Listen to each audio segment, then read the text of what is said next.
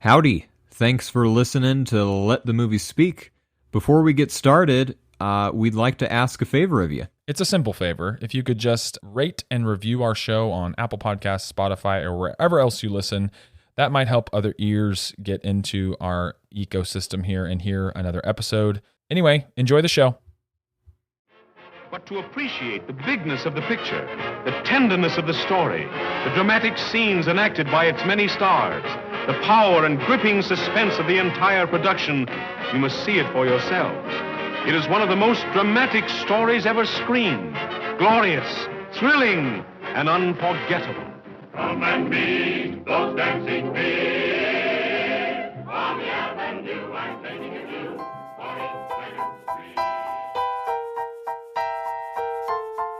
After years of chronic arthritis, Warner Baxter came to a decision. He would undergo a lobotomy.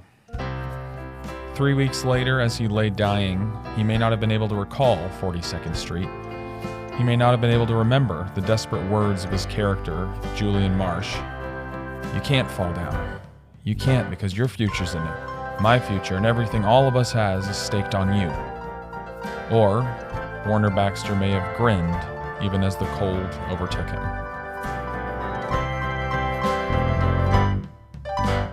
Let the movie speak. Welcome back, everybody, to Let the Movie Speak. I'm Travis. I'm Justin. And we have a special guest with us today. Would you like to introduce yourself? Hi, I'm Sydney. That's Sydney. So we have our first guest today. We're super excited because we don't have to just talk the whole time, even though this is a podcast. Hallelujah. And that's what you're supposed to do. Not to mention, you have some specific qualifications. I don't know if that's the right word. Interests, experience. So yeah, just tell us like why should we care about you? That's a really big question. Yeah. Well, I'm a choreographer, and I love watching different things for inspiration. This is one of them. One of the things that I've looked at is Busby Berkeley, and as I've tried to hone my skills in that area, working across different productions, I feel like I've gathered a couple of things to say. So that's what we need. Hopefully more. Because me and Justin are not choreographers. So it's a different language. Yeah. Justin, what's the extent of your like dance Choreography skills? Dance knowledge, just in general, yeah. So I am told I have less skills than Mick Jagger, although that's kind of like you've seen Don Yo, you've seen my uncle dance, right? Oh yeah. And so yeah, it's probably approximates that. It's not a beautiful thing to see. No, I've never had any never had any training formally or informally or in an alley one late night in Chicago. It's never happened. So I'm really excited that we have someone here that knows what the heck they're talking about. Yes. Well, I've shown Travis a couple of tap moves before, tap steps. Yeah. Oh my, Travis, holding out. What's this? This is news. She showed me I was not good. That's how that went.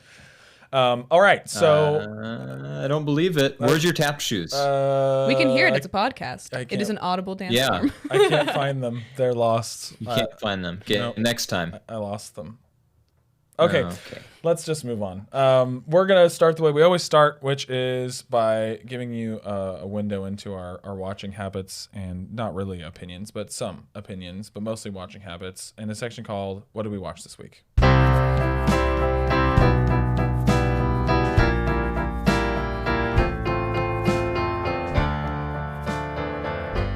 Let's start with Justin. Justin, what did you watch this week?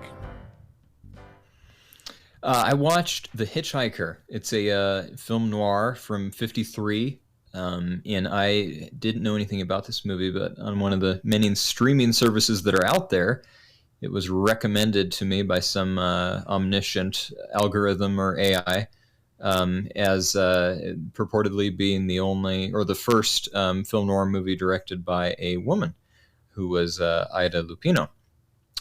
So I did it. I knew nothing about it. Never watched a trailer for it or anything. Not that that would have helped from the era that it's from. And it's about two guys that are on maybe a fishing trip together. You don't really know. And it's the setup is great, and all the ingredients are there to make this a really amazing piece of cinema, in my opinion. Such as, start of the movie, these guys are out in the car just driving through the desert, getting close to the border of Mexico together. And one guy says to the other, I haven't been away from the wife and kids for this long since the war. It's like, oh, okay, interesting. Where are we going to go with that? The answer is nowhere.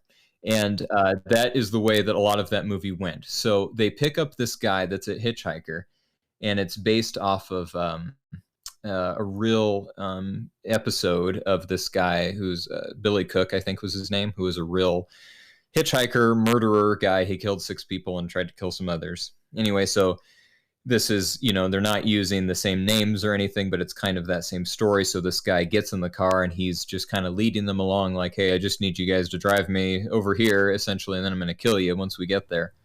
And so what could be a really interesting story about if you just have 3 people essentially stranded in the desert together, and one is has told them he's going to kill them, how quickly do these people lose sanity, or, what kind of crazy shenanigans do they get up to? But unfortunately, it's very conventional. It just, and like at the end, it's like he just gets punched in the face and the cops take him away. It's like, oh, I'm really glad I sat through an hour and a half. I was going to say that sounds like good, but it's not. No, the premise is great, but there's really very little, unfortunately, that is not just very bland B movie. And more's the pity. But what do I know? I mean, it has been selected as being preservable by the National Film Registry, so I could be way off my rocker. Yeah, but yeah. Would you ever rewatch it again for any reason in your life? No, not for one reason. Excellent. Okay. Never again. Well, how about you? What'd you watch? I watched The Artist from 2011. Oh, yes. Well, it's really good. I don't know if that's not a hot take, right? But it's a movie that's interesting to watch right now as we're going through these 30s movies, because similar to something like Hail Caesar from the Coen brothers, or like a movie about an era in Hollywood. We're like in that era with everything we're watching right now, and it's about the transition from silent to talkie, and a character's reckoning with his obsolescence or whatever. I found it to be really moving in an earned way, especially based on like I'm watching these real life actors in these real movies, and like how many of them had to be feeling these types of things and going through that experience. And more than that, like, this is a fictionalized character that Jean Dujardin plays, and like how many of those guys existed that we don't even like know about anymore. That's what I kept thinking. Right. Like, Peter Boyle in M, right? Like he made it through the transition. He was in silent films, and then he became Peter Lorre, right? Peter Boyle. Yeah, Peter Boyle was not a twinkle in any Peter's eye. Peter Boyle is like the dad on Everybody Loves Raymond. Right. Yeah, he also has that good. He's in Taxi Driver. Remember that? He's that's like right. One of the other cab. Anyway, sorry. Yeah. Go ahead. Anyway, it's great. I don't know if I thought it was like the masterpiece, like groundbreaking thing that everybody did like when it came out. And I think some of that's maybe just when it came out, it's like they're releasing a silent film and it's going to be up for Oscar contention. Like that's kind of a novel idea. There's just like a couple moments here and there where I feel like that started to feel slightly more like a gimmick than a form. Or something like that. That was the question I was going to ask. Yeah. Did you feel that way when you watched it? I haven't seen it. Yeah. Okay. Justin obviously didn't. I think because in off mic conversation, he said that he had a really great audience and it was moved and all that. But again, I think a lot of that is you saw it in theaters and I saw it on my couch on a flat screen television, which is like... It's different. Yeah. David Lynch is right. Yeah. When he says, you're fucking kidding yourself if you're watching a movie on your smartphone. Or, whatever that thing we watched of him. Yeah. It's preposterous. But, having that, I think that is one of those movies where not just the screen size, but having the collective audience the hive mind Yeah. is definitely something that aids in the viewing. I remember in the climax of that movie, where it's not really clear if he's killed himself. You know what I'm talking about? Yes. We just watched it, so hopefully. Okay. There's a fire. I mean, you could hear a and pin drop such. in the movie theater. Yeah. Nobody was chewing on popcorn at that point. There were no more Pepsis fizzing to fruition. It was silent in there, and I've really never had that experience in a movie theater. I will say I had that but- experience one time, and you're gonna hate me for bringing this up. Star In Wars, Titanic? The Last Come on, Jedi. Travis. No, The Last Jedi. When The silent scene. yeah, when she goes Oh, hyperspeed through the ship. When she goes hyperdrive. Yeah, not in the audience Laura Dern we were goes in. Purple hair hyperdrive. I think when we saw that, Laura Dern goes purple hair hyperdrive. That's what that scene is called in the DVD menu. Yes. Yeah. Well, that's what I was consulting. Yeah. Yeah. Okay. We saw that with I don't even remember what the crowd was like.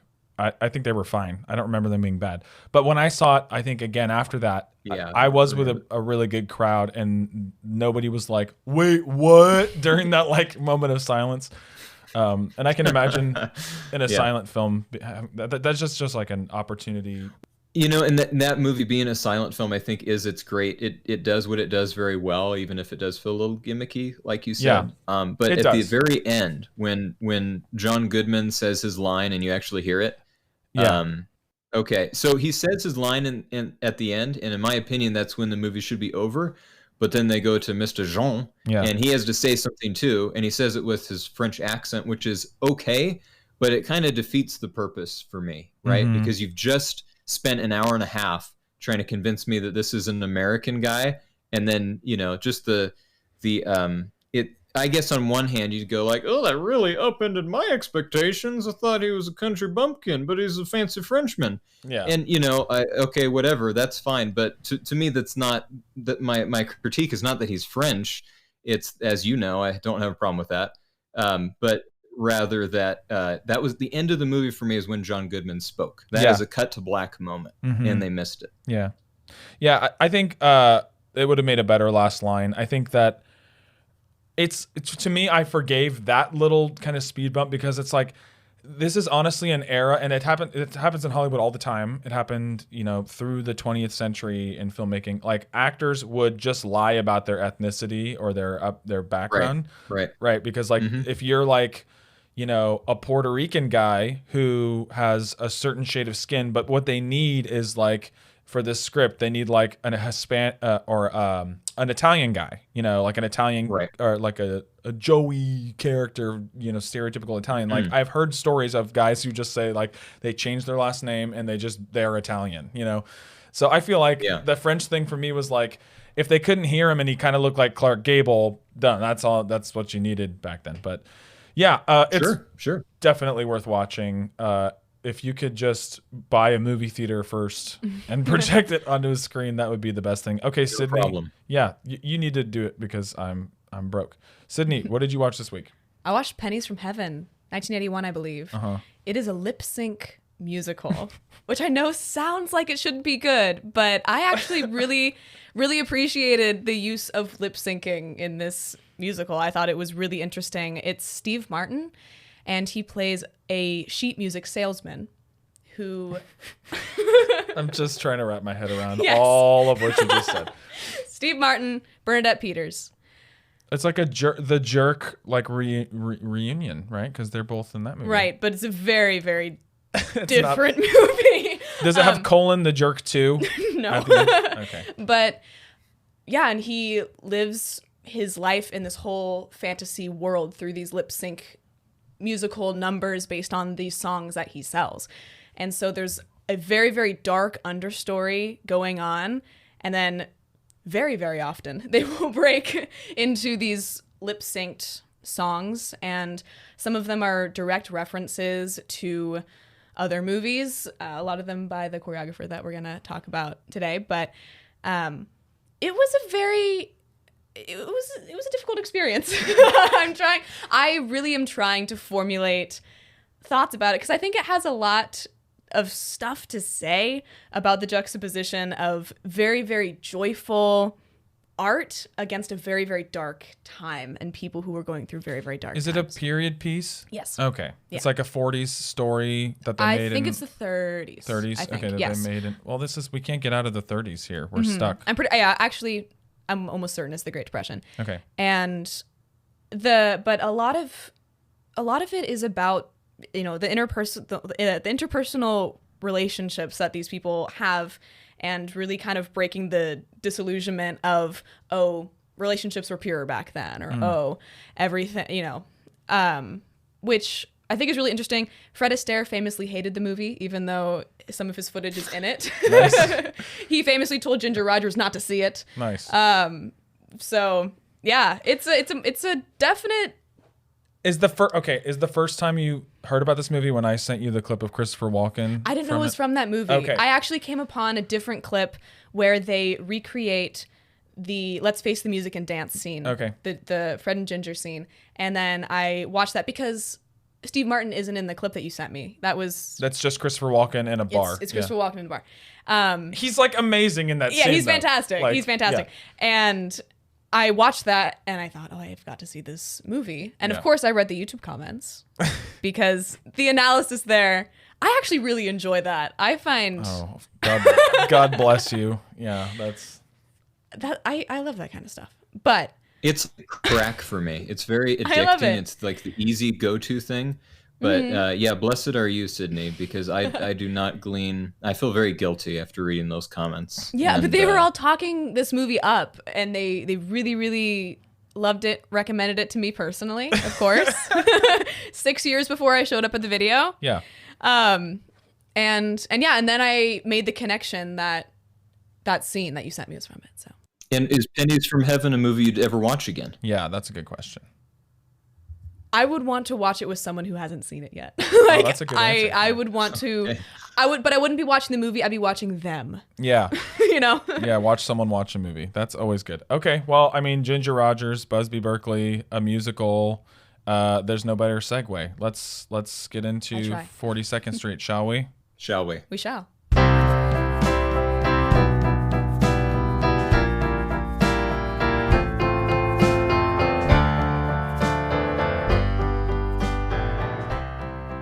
Okay, let's start off with a little bit of introduction info and our experience with the film. So I have just some typical credits. Directed by Lloyd Bacon, who I think of all the people who will come up later on, Lloyd Bacon may not be, coming back over and over. His name anyway. Busby Berkeley, choreographer. That's the more significant name in this case.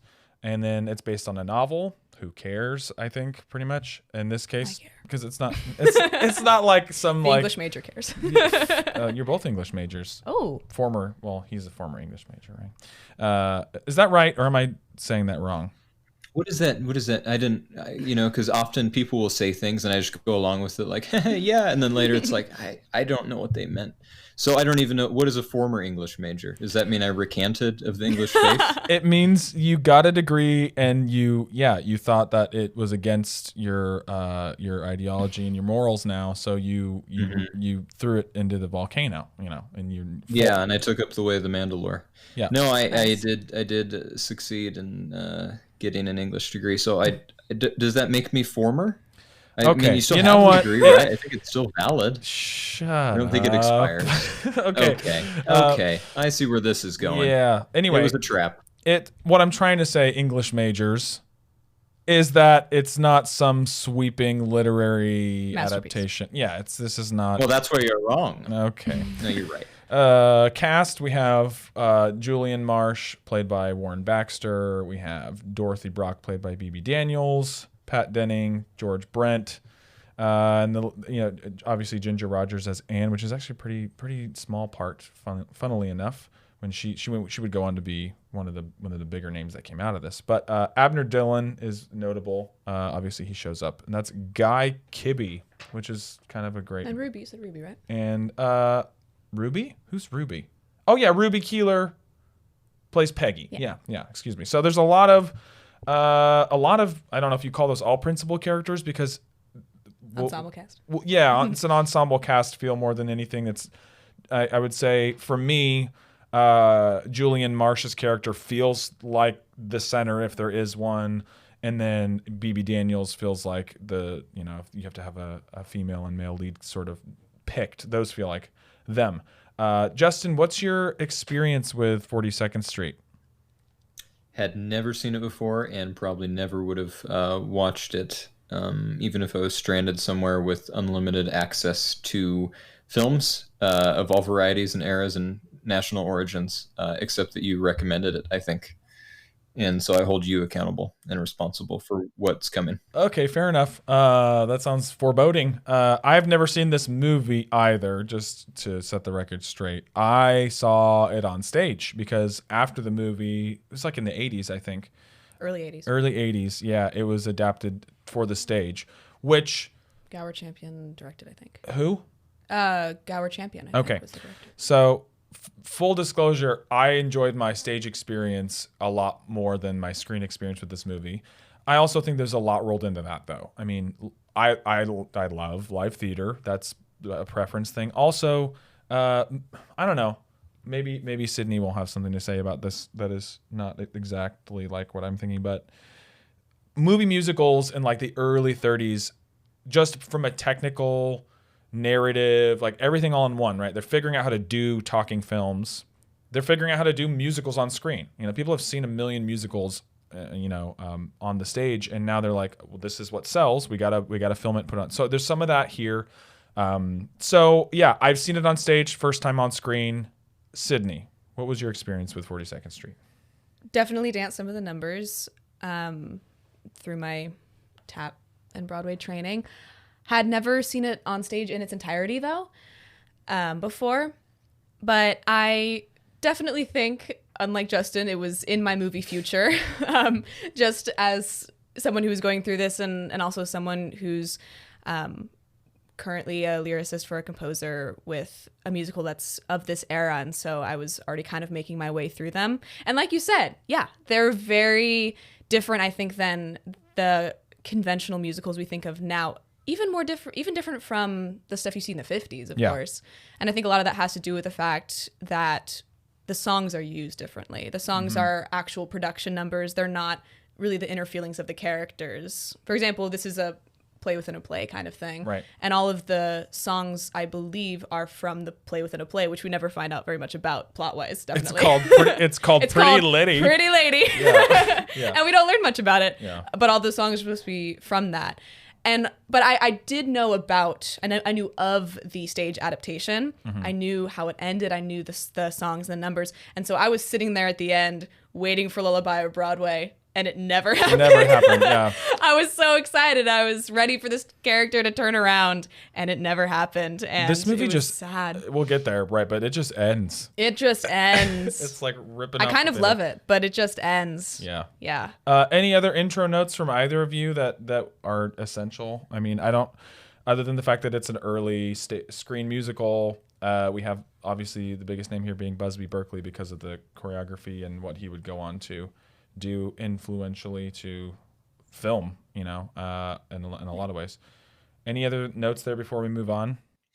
Yeah, just by way of preface, if you were to take us into different categories, us being the people on this podcast, and put us into pro musical or anti musical, I think Travis, it sounds like maybe you'd be more kind of neutral. I mean, I understood you said with your own lips and mouth parts that you were a fan of musicals. But although I grew up with musicals, I've never been especially attached to them. More often than not, I find myself detached from them. And then we have Sydney, who is it's her bread and butter. This is part of her lifeblood. So I think that will inform, hopefully in a fun way, the different parts of the pie we're going to take out. Yes. Let's eat the pie together.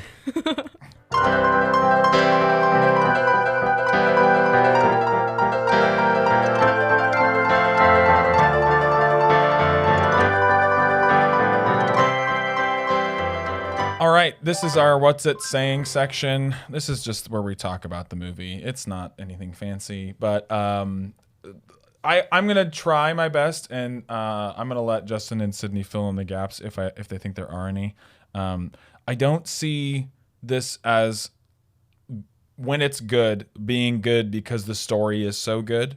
I think this is in a lot of ways, it's so much an ensemble piece that it's hard to like really attach yourself to one character or like really throw all your emotional weights and cares into one particular character. And it succeeds at saying a kind of a broad sweeping thing about show business and people and like careers and coming to an end and starting and all that. Mm-hmm. But plot wise, right, we have basically actresses coming into the show. This is Julian Marsh's last show.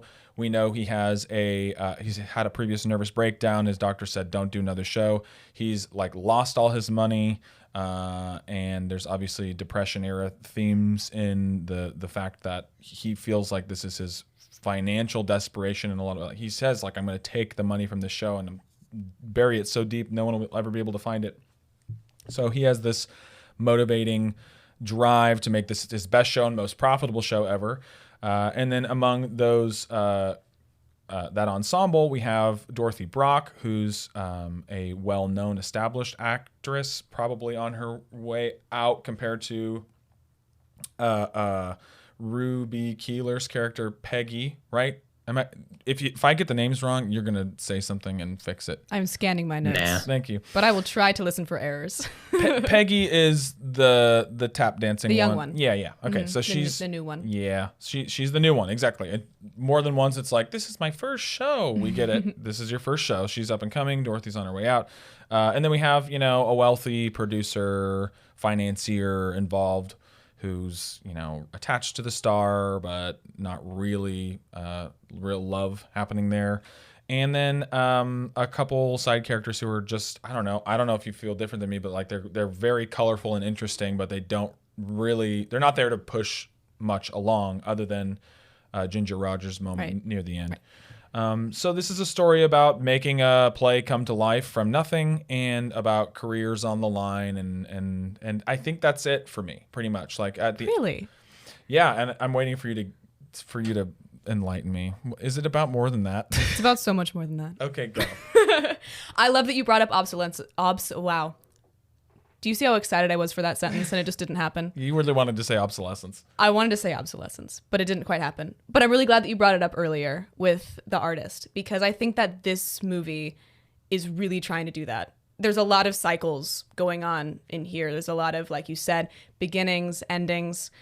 I really like Dot as a character. I think that she's really interesting and very, I would say, unique for the time. I don't know if I'm really saying that on a whole lot of authority, but watching it, another movie about the transition from silent to talking films, Sunset Boulevard. Mm-hmm. I expected her to be a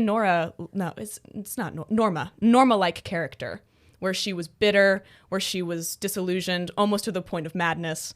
That kind of character. I think that that's what we've come to expect, but Dot's not like that at all. And so I really like the turnaround that she has, even though the broken ankle thing, I think you can read a little bit as a cliche. Maybe it wasn't at the time, but we don't, hard to put ourselves in the shoes of that audience or in the seats of that audience. But I absolutely love that scene towards the end where she says, and I'm sure I'm going to slaughter the line, but she says, I want you to go out there and be so swell that you make me hate you. That's the best line. Is the best line of the whole movie. And that's the last thing she says, I believe. That's the last time we see her. I think that's right. Yeah.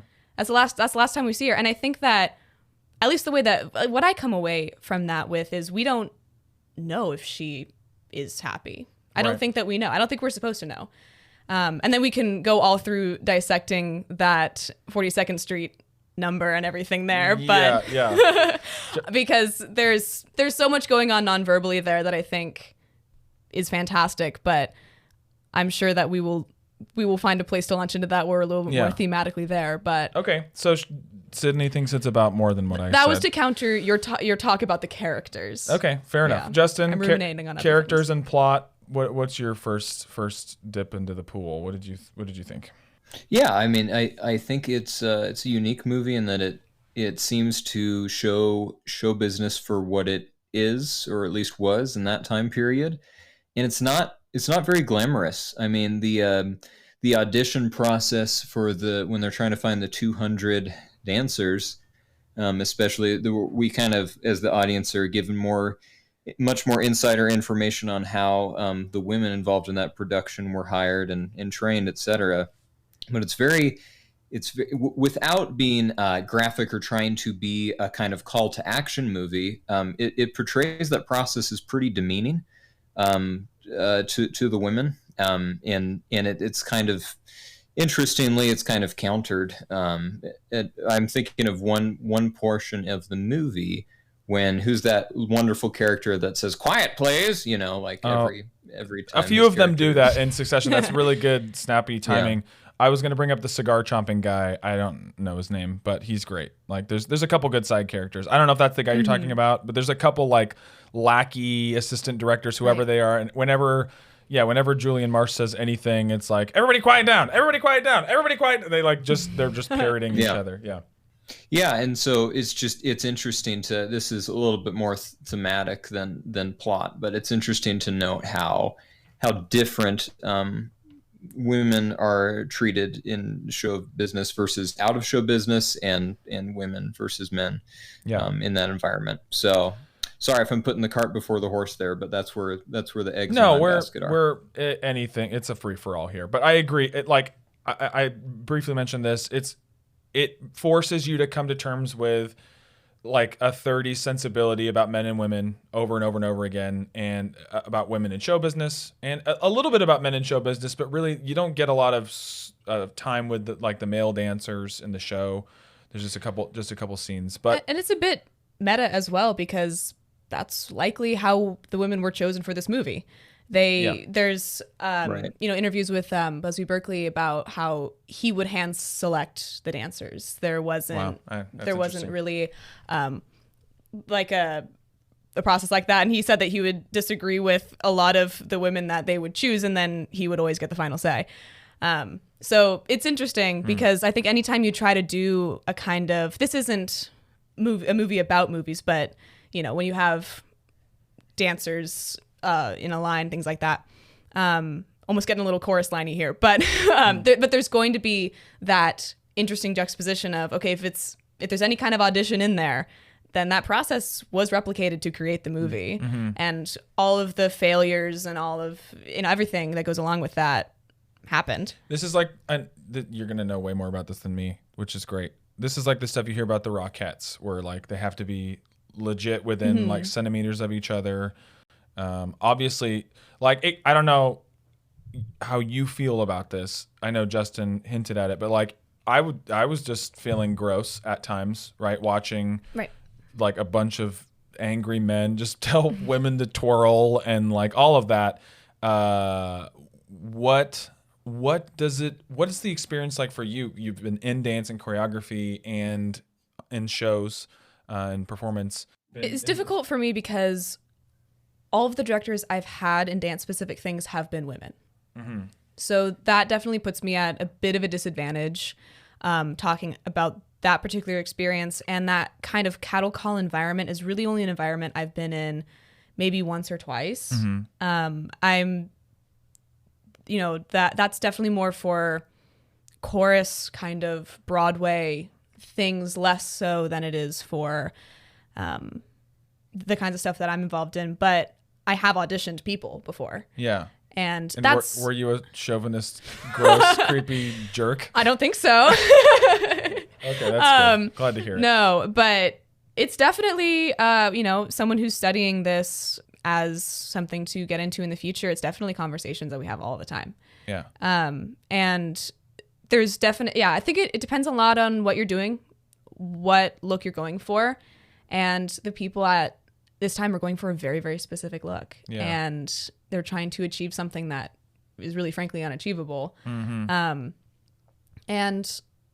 yeah, I mean, we could talk all day about that. That's kind of a general. I don't want to be so bummed out or anything, but it's kind of just a general comment, not necessarily a movie specific thing. Well, but. And, I would say kind of on the there's subtle clues in there, maybe not a lot, but there's subtle clues that, even though I would agree with both of you in that I'm not in favor of the mistreatment of women as represented in this film, but the agency of women in this movie is kind of an interesting thing to talk about, I think. So again, let's go back to the guy that says "quiet, please," and he's he says to all the females on stage at one time, "Hey, shut up" or something. Where do you think you are, home? And everyone ignores him though. So you contrast that with when the director calls his gangster friend, who has a really great 30s gangster name, like Murphy Slim something. Something. Yeah, they picked it out of a hat. Rolodex of gangster names. Yes. A fedora. So he calls that guy, and that guy's like at the the pool hall or wherever, and he's on the phone. And he says, "Shut up! What do you think? I have earphones on?" And the room goes silent, and it's an all male room. And so, although show business and gangster lifestyle a little different, probably if you don't listen to the boss, you might get your knees broken or something.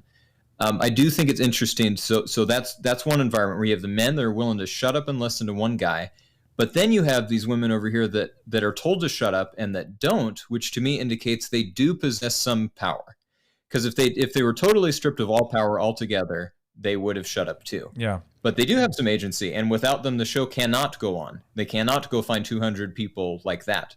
And so, I mean, that's not a huge. Was not the point of the movie, but it was there. Yeah, I think you're right. And some of this is seeping in now as we're talking about it, not while I was watching it. But I have one note that I want to read verbatim, and then I'm pretty sure it's going to transition right to Sydney.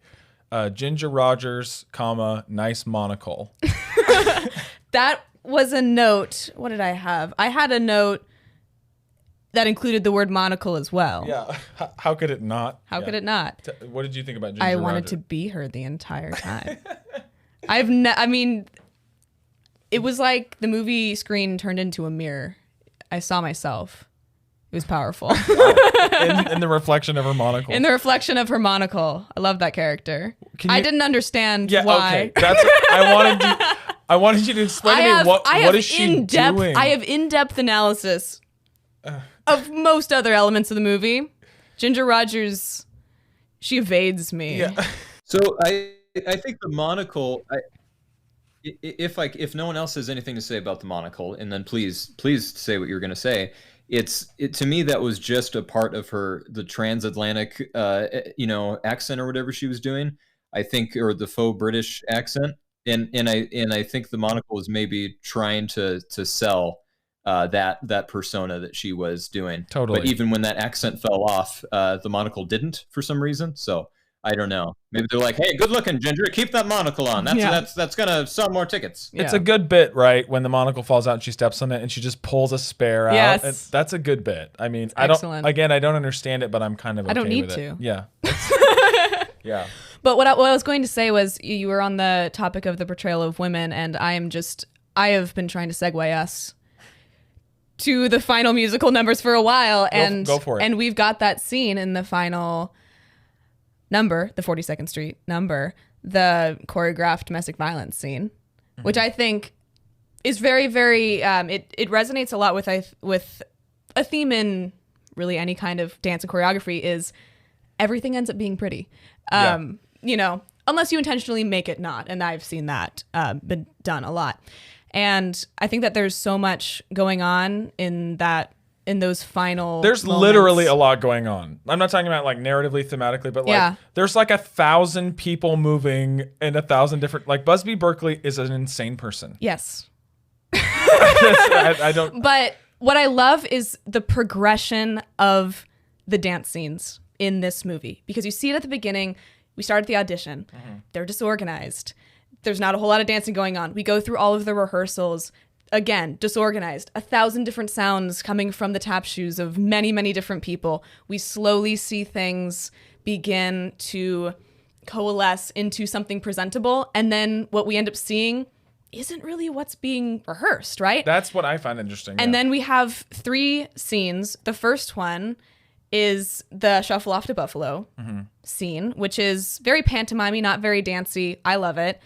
But it's something that feels like just filming something on stage, right? Yeah. It feels very much something that's being filmed on stage. The second you one, see more of the seams of the set pieces and like yes. when things come the on. The train's incredible when it opens. Yeah. Okay. The set pieces are ridiculous. Yes. Like if you've ever worked at all in theater in any capacity, and then you watch the last like 20 minutes of this movie, you're like, how the crap did they do half of that stuff? Yes. I don't want to stop you, but I just want to say the sets are cool. Right. And then we go to Young and Healthy, I believe is the... it's Young and Healthy or something very, very similar. Yeah. It's the one where they're on the circular. Yes, with a very, very famous leg shot. Yes. And yes, which is aped in The Big Lebowski. Did you catch that, Justin? Oh, not until you said that. Yeah, But it's like verbatim. Yeah. It's like, they go right through the legs and then... I don't think that's the only time that they've done that either. I'm sure that there's more. Well, there's a whole sequence in The Big Lebowski, which is like, it is a Busby Berkeley, he's been quoted dream sequence everywhere. It's really well done, but the leg thing especially is like so obviously from 42nd Street. Yeah, but then that scene, we progressed from something that could just be filmed on stage to something that uses the cinematic art form to its full potential with dance. And Busby Berkeley started on Broadway. He started as a Broadway choreographer, but as soon as he transitioned into film, he thought of them as two completely different mediums. And I would agree with that. I think that you should.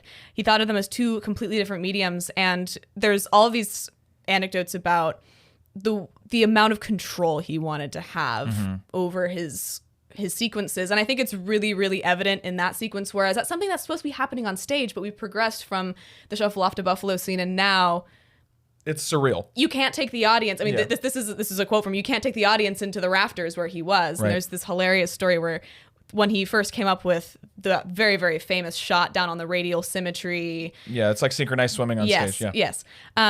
He was up there in the rafters looking down, and somebody went, "What are you doing up there? What are you doing up there, Buzz?" And he said, "Oh, you can't take them up here, can you?" And he said, "No." And then the guy just goes, "You better not put the camera up there and film stuff from below." And he said, No, I won't.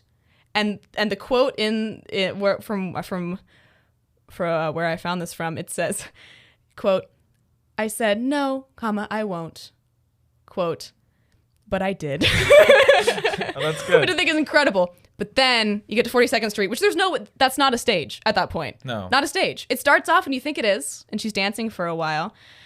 And then suddenly... cars under bridges. It's wild. People everywhere. Justin, what did you... Incredible. What did you, as the least musical, savvy person, I don't want to make you sound dumb, but like, you're not dumb. You're smart and I like you. What did you think of like the last 25, 30 minutes where you really get to see the scope and sequence of Busby Berkeley? As much as I am not someone who is overly fond of musicals, it is kind of mesmerizing, some of those shots from above, some of the set pieces. And so my reaction after that is kind of neither here nor there, I think. But it's effective. I think that is that is what it's supposed to do, right? That medium is largely visually based, and I think it succeeds at what it tries to do. It doesn't really translate into my enjoyment of it, but I don't think that's really objective and not really. No, that's fair. I think what we're kind of come to, not that the point of this conversation, podcast, whatever, is that we come to a consensus, because that would be boring. I think what I'm coming to terms with is that this movie makes you, and the thing that doesn't stop is like women are at least attempted to be taken advantage of. It's like from the first scene all the way through pretty close to the end until you get into the actual music. Oh, and inside the musical number, there's a scene of domestic abuse, as you already said. And she gets stabbed too. And she gets stabbed and thrown out a window. Or she jumps. She jumps and she's caught. That is ridiculous. Yes. When she jumps and she gets caught like an inch from the ground. So cool. Anyway, it kept making me face something that I acknowledge as a reality, but I don't want to think about over and over, right? And I think that acknowledging it as a reality, again, I know I've brought up this art imitating life kind of thing, but when you look at the people who were involved and the kinds of things that are being said, especially in that last number, that line in the lyrics, again, I love lyricism. It's another thing I'm very, very interested in. that line, the big parade goes on for years. It's a rhapsody of laughter and tears, 42nd Street. Again, what is a parade but one person following another down a street, right? 42nd Street. That was their experience. I mean, when you look at the lyricist, he wrote that song. It's funny because you hear a lot of pop songs nowadays and they'll talk about being addicted to you or you're a drug to me. And yet we have this song in 1933 that's saying the exact same thing. The lyricist struggled with a lot of addictions, including drugs and alcohol. And then you have this scene at the end where we've seen a woman be replaced by someone younger than her, and she seems to be content with it, but we don't really know. We see Julian Marsh, right? He's on his last show, and he's worrying about his legacy. We see that the very, very first scene we have him in, right? And then Busby Berkeley himself, his aesthetic started to fade in popularity, in demand. It started to fade, and he got incredibly despondent, had a suicide attempt in which he said afterwards that the reason that what drove him to the desperation he did was there is no comeback trail for a has-been. With the idea that, again, it comes back to obsolescence and all of that cycling through, right? And it's interesting because you guys have talked a lot about this being, especially because you're doing this in a decade-oriented kind of format. Yeah. As being representative of the musicals of its era, kind of pulling it out of a lot of the other musicals that Busby Berkeley did, Footlight Parade and others, as the representative of all of these musicals. Yeah. And yet you keep coming back to that line where it's a parade, and we are at the end of that parade, right? We are the next people following through, and you have to be super careful with all the kinds of stuff that's being said here because you're not immune from it. Yeah. You're absolutely not immune from it. It doesn't matter what time period you're in. It doesn't matter. Everything is still there. And that's what I was thinking about the whole time as I was watching all of those last scenes, put it in color and put them in different clothes. It's completely believable you could pass it for today, I think. Yeah. Justin, how do you think the overall, like the story, the aesthetic, all of that, does it end up being an effective like mix for you in the end? Yes and no. To me, it is kind of like the musical 1930s version of a Tarantino movie. And so obviously I don't mean that. I mean, it is pre-code, right? And there are lots of winks and nods and even some kind of more graphic dialogue than is kind of common for that era. But it's a movie that seems to kind of show you its world and say this is just what it is, and it doesn't try to clean it up. It lets it be dirty when it's dirty, but it doesn't go to the trouble of trying to make a statement about that. Right. And so what I'm kind of left with is the impression that the movie basks in its own kind of ambivalence. Everyone is kind of promiscuous with everyone because that's apparently just the industry then. And that's just life. And there's not really the moral compass of this movie is very similar to Tarantino in my mind, because it doesn't try to make a point other than just like, hey, the world's dirty and gross. Here's a little, here's some insider story on how dirty and gross we can be. All right. Hope you had fun. See you later. Yeah. I think that's where I was at too. Like it's not like it's saying anything that like rings as untrue to me. Like, but it is, I guess, I like, ambiguous question asking and not answering stories as much as the next guy. But I don't know, when it comes to something like what I kept seeing over and over, which is like these women just want to work in show business, and in every sort of little slice, when it comes to the financier, when it comes to the audition process, when it comes to the rehearsals, when it comes to the final product, or even that sequence where Julian Marsh is like, getting Peggy like ready for the show in a few hours. I was just like, I wanted to die watching. I have a moment I want to ask both of you about. Okay. There's a moment right before I believe it's right before the 42nd Street number, where Ginger Rogers' character walks in, and I believe she's talking to the financier, and she says, "Oh, she's swell, she's great," and he says, "Who?" That is, to me, foreshadowing of what happens afterwards, honestly, because why shouldn't Peggy go down the exact same road Dot did with the same ambiguous kind of thing? Yeah. And then also, what do you guys make of the very, very ending? Yeah. I'm going to serve this up to Justin before we get into our last section. The best part of the movie to me, I'm going to say the best. My favorite thing to watch is Julian Marsh in this story, because that's the more, I don't know. It's easier for me to identify with a guy who feels like he could be failing and is desperate to succeed, and a beautiful sad ending for his character. Like I wish he had a tad more to do. Kind of throughout. That's what I feel like. Like it's a little bit spread thin character wise in general, but when he's on screen, I feel like his performance is excellent. Like he's way committed, and I don't know how many blood vessels he popped in his forehead. But I love the last moment with him. Yeah. Where he makes a successful show out of nothing, out of all of these ridiculous circumstances, and a day before the star breaks her ankle, and he pretty much, from his mind, right? I'm not going to give him this credit, but from his mind, like single-handedly brings this thing to life. Right. And he isn't what they're talking about as they're leaving the theater. No. It is so good. And it's fantastic.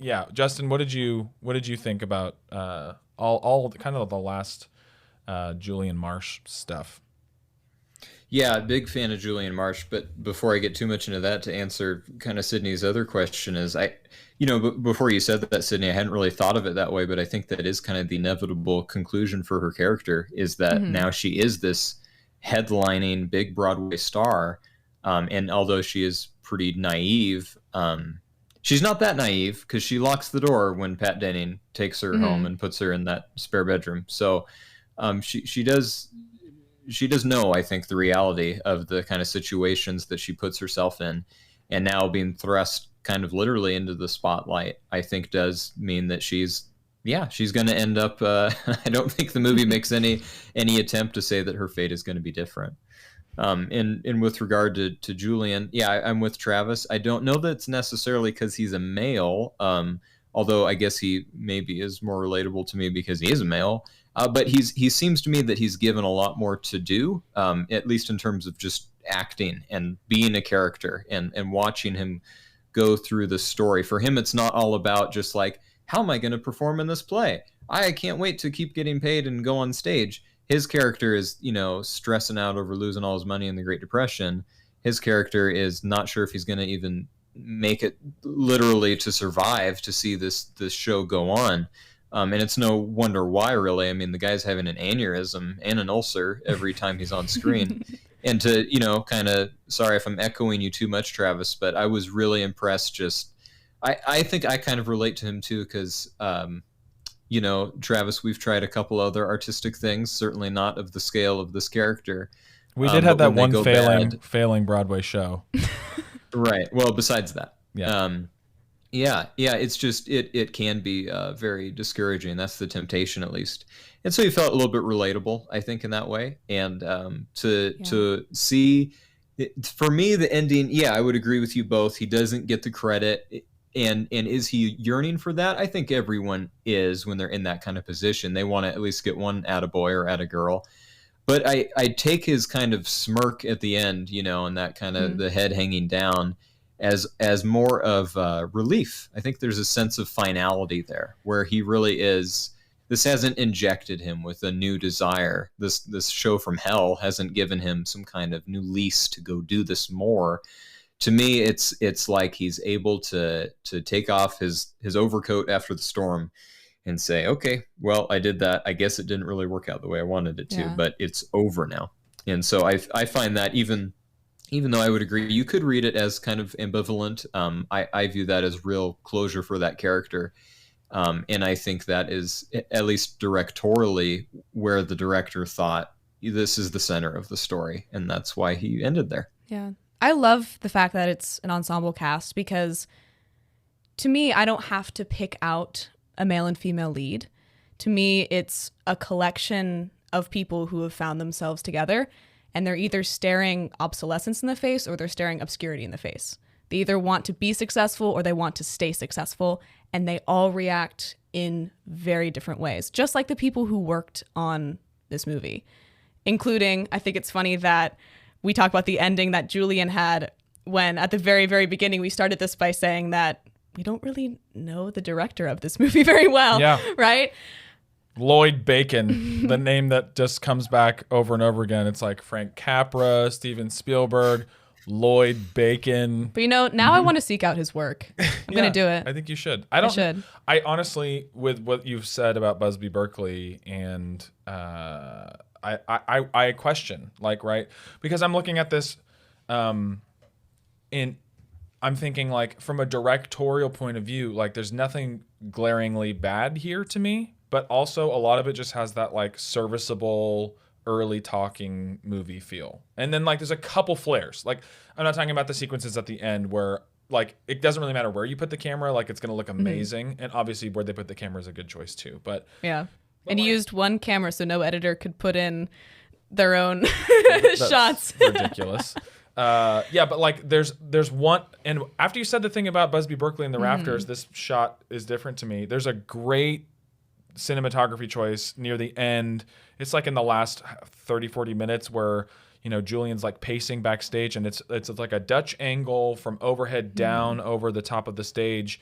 It's beautiful. It's really well composed. And now I'm thinking, like, that's the Busby Berkeley angle, right? Because he was up in the rafters. But yeah, I think this is a quality movie, and I don't think anybody came here today to tell people that it's garbage. I do think we can sum it all up in our final concise thoughts in our section called "Is It Worth Your Time?"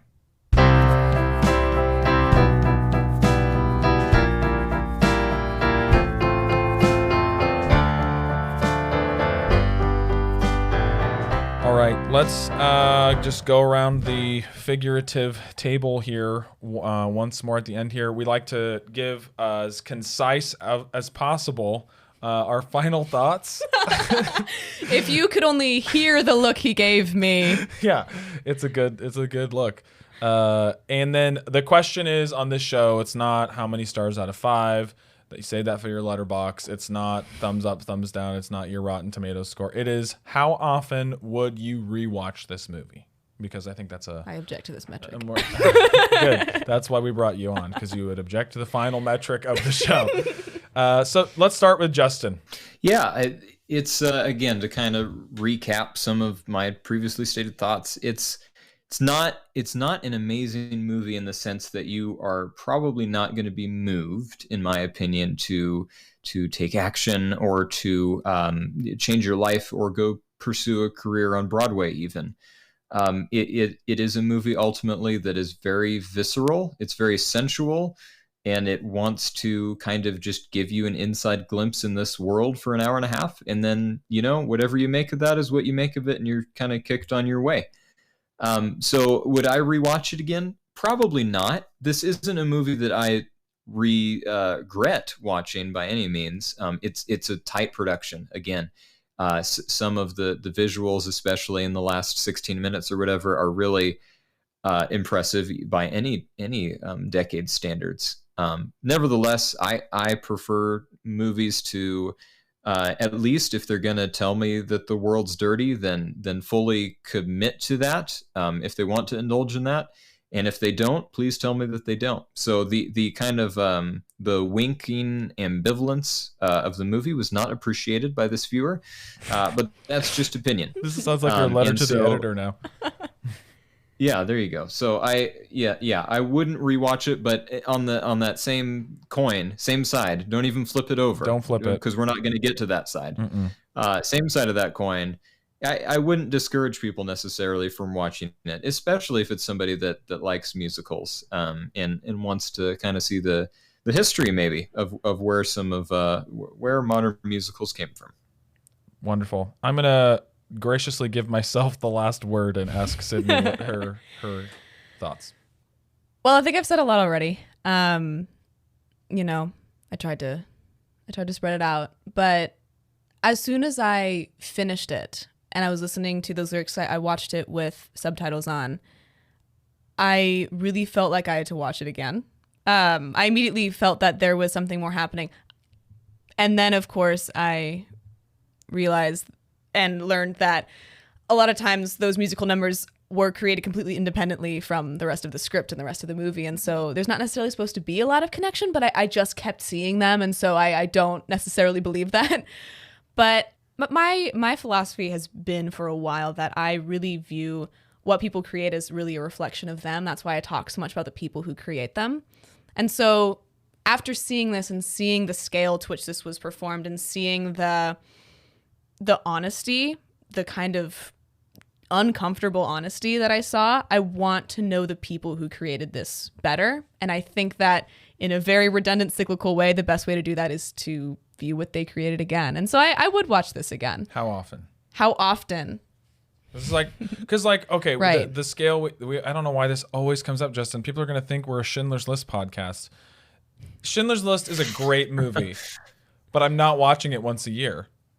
It's a bummer. You know what I mean? Like, and that's one reason not to rewatch something over and over and over again, but it's not for lack of quality. So the question is like, how often? Yeah, and for what, like, and for what reason? Yeah, like I watch Christmas Vacation every year, once a year, because it's a great Christmas movie. Right. But yeah. Okay, that's fair. I would say that obviously I would watch the last 20 minutes of it more often than I would watch the rest of it. Okay, that's a good answer. Yeah. I can see myself, because I already know that I've done this since I've watched it, seeking that out and watching it as a source of inspiration, as, all of that.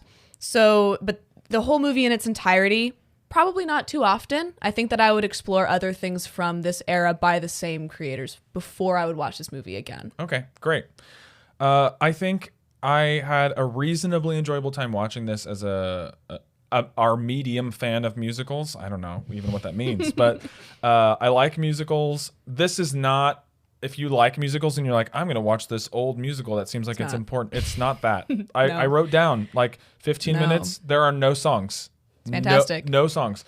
And then it keeps going and going and going. And like you get 3 songs at the end and just pieces like before.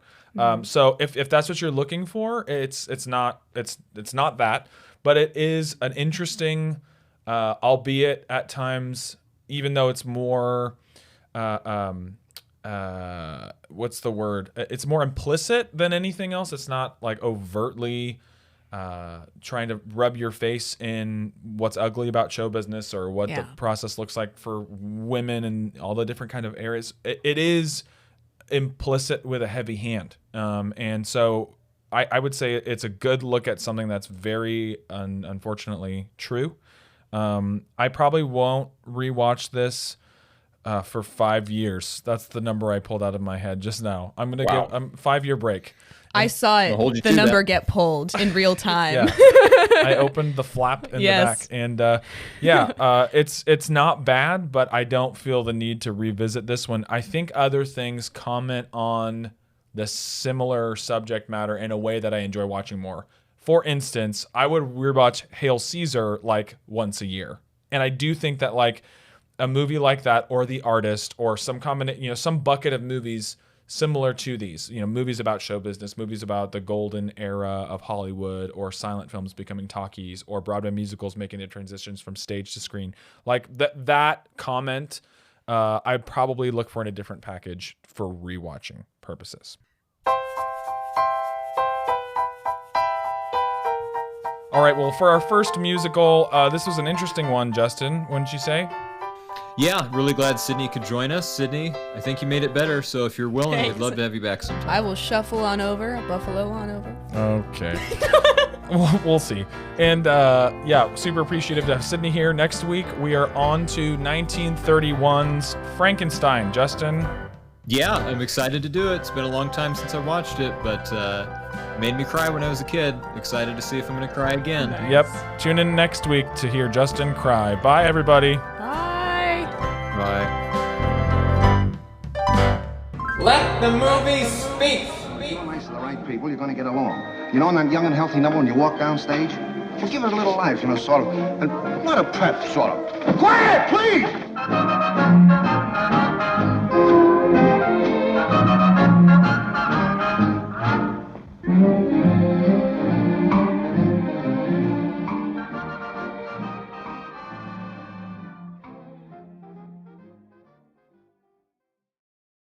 Hey, since you're still here and still listening, thank you, by the way, we'd like to ask an additional favor of you. We have social media. It's a thing on the internet, and all you need to do is find us on Instagram or Twitter or Facebook and like and subscribe.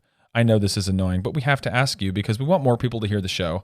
In addition to that, if you could rate and review us on Apple Podcasts, Spotify, or wherever you listen, we would greatly appreciate it. See you next week. Bye.